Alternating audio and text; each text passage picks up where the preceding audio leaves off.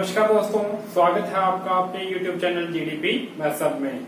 इस वीडियो में हम बात करने वाले हैं युगपत समीकरण की। तो युगपत समीकरण होती क्या है? देखो, आपके पास ऐसी इक्वेशंस जिनके अंदर जो आपके पास है चर संख्याएं हैं, जो वेरिएबल है उनकी संख्या क्या हो, एक से ज्यादा हो, ऐसी जितनी संख्याएं समीकरण बनेगी वो क्या कहलाती हैं? युगपत समीकरण कहलाती हैं।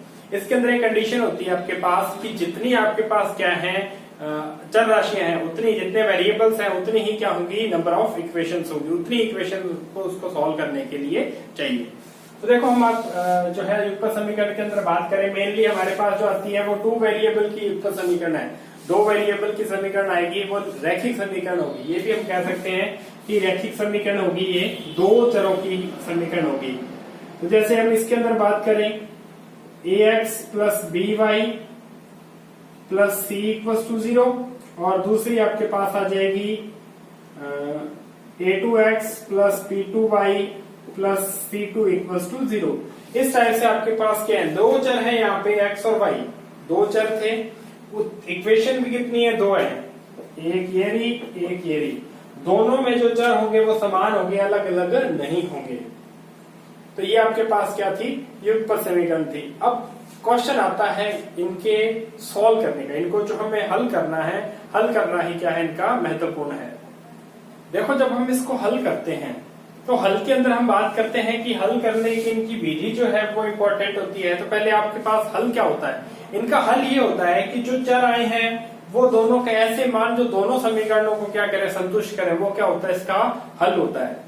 देखिए, जैसे मैंने यहाँ एक क्वेश्चन दिया है कि 2 संख्याएं हैं जिनका योग 35 है और अंतर 13 है। आपको कंडीशन आपको इसमें दी होगी और ये कह रहा है कि संख्याएं कौन सी होगी, वो हमें क्या करनी है, फाइंड आउट करनी है। तो सबसे पहले देखो, हमें 2 चर चाहिए, जो वेरिएबल चाहिए, वो वेरिएबल हम मान लेते हैं। माना संख्याएं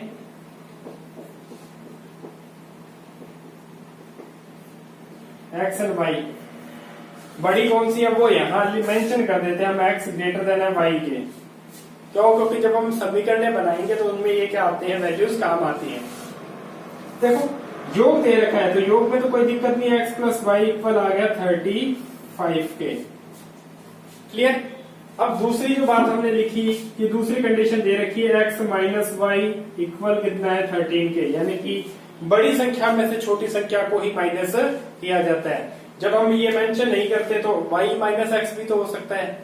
तो ये कंडीशन बाद में जनरेट होती है, उससे पहले हम क्या करते हैं, इनका ध्यान रख लेते हैं। हमने पहले ही यहाँ मेंशन कर दिया क्या है कि x ग्रेटर है y से, x y से बड़ा है।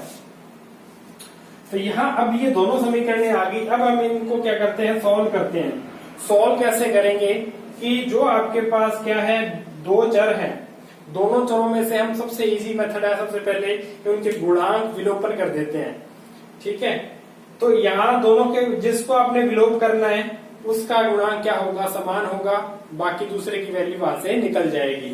तो देखो, यहाँ y इसका गुणांक 1 माइनस 1, इसका प्लस 1, दोनों के क्या हो गए। जब देखो गुणांक विपरीत चिन्ह के होंगे तब तो आपने समान करके ऐड कर देना है, और अगर आपके पास गुणांक समान चिन्ह के हैं तो उनको क्या कर देना है, घटा देना है, इक्वल करके घटा देना है। देखो, यहाँ 1 प्लस का 1 है या माइनस का 1 है, ऐड कर दूं, दोनों क्या हो जाएंगे, जोड़ दिया। दोनों इक्वेशन को जोड़ेंगे तो 1 प्लस 1 कितना हो गया, 2x plus y minus y, ये 0 इक्वल 35 और 13 कितना आ जाएगा आपके पास, 48। तो x कितना आ जाएगा, 48/2 कितना आ जाएगा, 24, यानी कि x तो आ गया 24। एक संख्या तो आ गई आपके पास 24।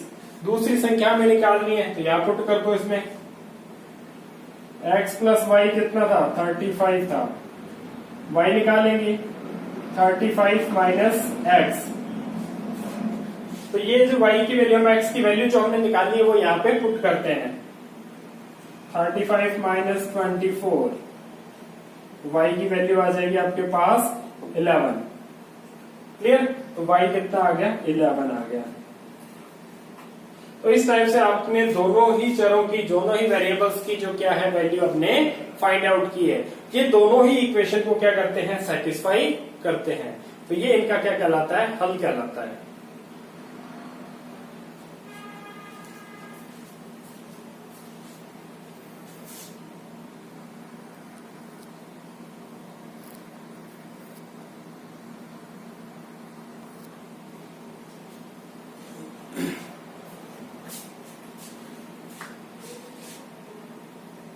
देखिए ये आपके पास क्या होती है, रैखिक समीकरण होती है दो चरों की।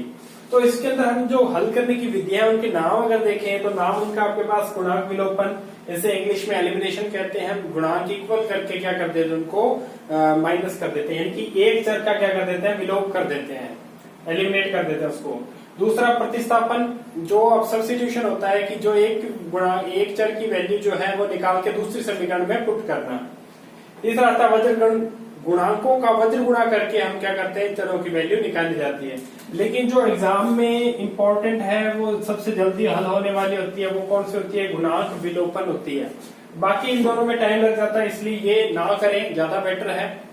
तो देखो इसके अंदर आपके पास एक क्वेश्चन और हम ले लेते हैं।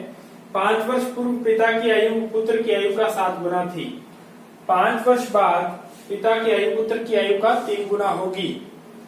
दोनों की वर्तमान आयु क्या है, ये हमसे पूछा गया है। तो दोनों की वर्तमान आयु मान लो उसको, वर्तमान आयु पिता की ले मान लो x मान लो, बड़ा है, पुत्र की आपके पास क्या आ गई, y ईयर्स आ गई, वर्ष में आ जाएगी। तो देखो ये आ गई x और y। अब आपके पास वो कंडीशन जो दे रखी है वहां से हमें इक्वेशन बनानी पड़ेगी। क्या कह रहा है, 5 वर्ष पूर्व, 5 साल पहले की बात है, तो पिता की उम्र क्या होगी, x - 5, पुत्र की उम्र क्या होगी, y - 5। पिता की आयु यानी कि ये वाली जो एज है वो किसके बराबर है, पुत्र की आयु का 7 गुना है, यानी कि जो बेटे की एज है उसको 7 से क्या कर दिया, मल्टीप्लाई।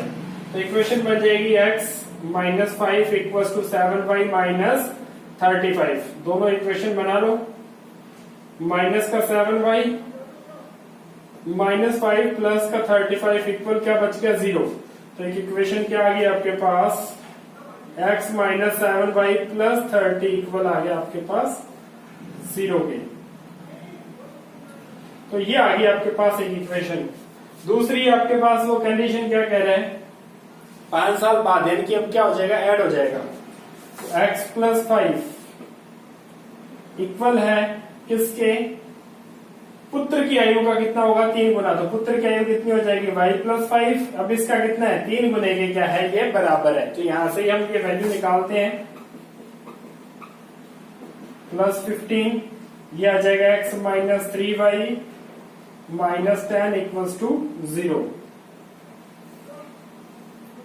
प्लस का 5 वो 15 इधर आके माइनस का 15 होगा, वो आपके पास -10 बच गया। ये दोनों हैं, इन दोनों समीकरणों को क्या करो, आप यहां से सॉल्व कर सकते हैं। ठीक है, अब सॉल्व करने के लिए देखो, अब मैं यहां आपको गुणांक विलोपन की पहले बता चुका हूं। अब मैं इन दोनों समीकरणों से क्या प्रतिस्थापन लगाता हूं, क्या लगाता हूं, प्रतिस्थापन, यानी कि एक से वैल्यू निकालते हैं। यहां से देखो f(x) की वैल्यू निकालो, x कितना आ जाएगा, 7y - 30, पहली जो इक्वेशन थी, ये दूसरी थी। ठीक है, अब यहां से x की ये 7y प्लस का हो गया, ये 30 हो जाएगा, क्या हो गया, माइनस का हो गया। ये वैल्यू हम इस पे निकालते हैं। ये जो वैल्यू आ गई x की, ये दूसरी में पुट करते हैं, मान 2 में रखने पर रख दिया, क्या आ गया आपके पास, 7y - 30 माइनस का 3y माइनस का 10 = 0 के क्या आ जाएगा, 7 - 3 4y माइनस का 30 माइनस का 10 माइनस का 40 इक्वल आ गया 0 के। 4y किसके इक्वल आ गया, 40 के। y कितना आ गया, 10 साल। यानी कि बेटे की एज कितनी है, 10 साल है।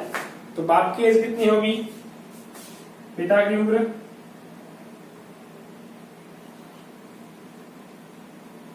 x = 7y - 30, 70 - 30 कितना हो जाएगा, 40। पिता की एज कितनी हो जाएगी आपके पास, ये 40 वर्ष आ गई, ये कितना आ गया, 10 वर्ष आ गई। ठीक है, तो इस टाइप से हमने इनका सोल्यूशन प्रतिस्थापन विधि से हम निकालते हैं कि एक समीकरण से एक चर का मान निकाला, वो दूसरी समीकरण के अंदर क्या कर देते हैं, वैल्यू रख देते हैं। इसको हम क्या कहते हैं, प्रतिस्थापन कहते हैं। रिप्लेसमेंट कर दिया हमने, सब्स्टिट्यूशन कर दिया इसके अंदर। ठीक है, तो ये इनको हम इसको सॉल्व करते हैं। यस फ्रेंड्स, देखो आपके पास थर्ड में दे रखा है आपके पास 3x + 5y अगर 21 है और 5x प्लस 3y इक्वल 19 है, तो x प्लस वाई का मान आपसे पूछा गया है, x और y का मान आपसे नहीं पूछा गया है कि x प्लस वाई आपको फाइंड आउट करना है। तो देखो सबसे पहले हम जो दोनों इक्वेशंस हैं उनको लिखते हैं। 3x plus 5y equal to 21, 21 है ये। 5x प्लस 3y इक्वल है 19 के। अब देखो यहाँ आपके पास एक चर को आपने, एक वेरिएबल को आपने क्या करना है, एलिमिनेट करना है। तो उसके लिए उसके जो कोफिशिएंट है यानी कि उसका जो गुणांक है वो हमें क्या करना होगा, सेम करना होगा। तो देखो आपके पास ये इक्वेशन है, इसको तो मैं y के गुणांक सेम कर रहा हूं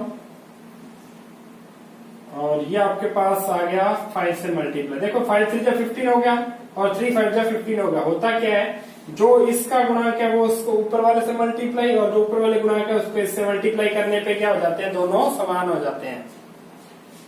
अब देखो ये नई इक्वेशन क्या बनेगी, 3 का मल्टीप्लाई पूरी इक्वेशन से होगा, तो ये इक्वेशन चेंज होकर क्या बन जाएगी, 3 3 जा 9x प्लस 15y 21 3 जा 63, ये इक्वेशन बन गई। हमें पता है कि समीकरण के दोनों पक्षों में किसी समान संख्या का गुणा करने पे समीकरण में कोई चेंज नहीं होता। अब इसमें करें 25x 15y 19 5 जा 95, ठीक है। तो देखो अब इसमें से क्या कर देते हैं हम, इनको सिंबल सेम है ना, दोनों प्लस के हैं, तो इसको क्या करना पड़ेगा, घटाना पड़ेगा, सब्ट्रैक्ट करना पड़ेगा। सब्ट्रैक्शन में क्या होता है, यहाँ सिंबल चेंज हो जाते हैं। देखो ये तो कैंसिल हो गया, ये बच गया प्लस का 9 और माइनस का 25, तो माइनस का 16x आ गया, माइनस का 95 और ये आपके पास प्लस का 63। देखो बड़े में से छोटा माइनस करो 2 और 9 में से 6 किया 3, लेकिन सिंबल बड़े का आता है तो कितना आ जाएगा, माइनस का 32।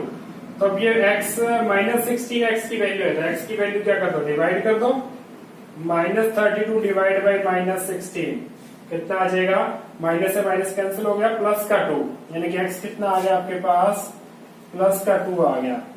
अभी ये हमें x और प्लस y की वैल्यू पूछी है, तो y का वैल्यू हमें निकालना पड़ेगा। यही रख दो, 3 into 2 plus 5y equals to 21, ठीक है। तो ये मैंने यहाँ पे वैल्यू रख दी, 3 2 जा 6, 5y कितना आ जाएगा, 21 माइनस 6 दैट इज 15, 15 अपॉन 5 कितना आ जाएगा, 3। देखो कई बार क्या होता है, वैल्यू निकाल देते हैं और उन दोनों को ऐड करने पे हमारा आंसर भी मिल जाता है। पहले चेक कर लिया जाए क्या ये आंसर हमारे जो दोनों समीकरण है उनको संतुष्ट कर रहे हैं या नहीं। तो देखो इसमें रखो 3 2 जा 6 और 5 3 जा 15, 15 और 6 21 बन रहा है। इसमें रखो 5 2 जा 10 और 3 3 जा 9, 10 और 9 19 बन रहा है, दोनों सेट कर रहे हैं। अब x प्लस वाई पूछे, यानी कि 2 प्लस 3 कितना होता है, 5। आंसर क्या आ जाएगा हमारे पास, बी ऑप्शन आ जाएगा, x प्लस वाई कितना है, 5 है। तो दोस्तों ये थे कुछ क्वेश्चन और युक्त समीकरण के उनके हल करने का तरीका। तो इस वीडियो के अंदर आपने ये जो समीकरण हमारा टॉपिक था वो कंप्लीट हो चुका है। इससे रिलेटेड क्वेश्चंस की वीडियो मैं बाद में अपने आप अपलोड करूंगा। इस वीडियो को देखने के लिए शुक्रिया।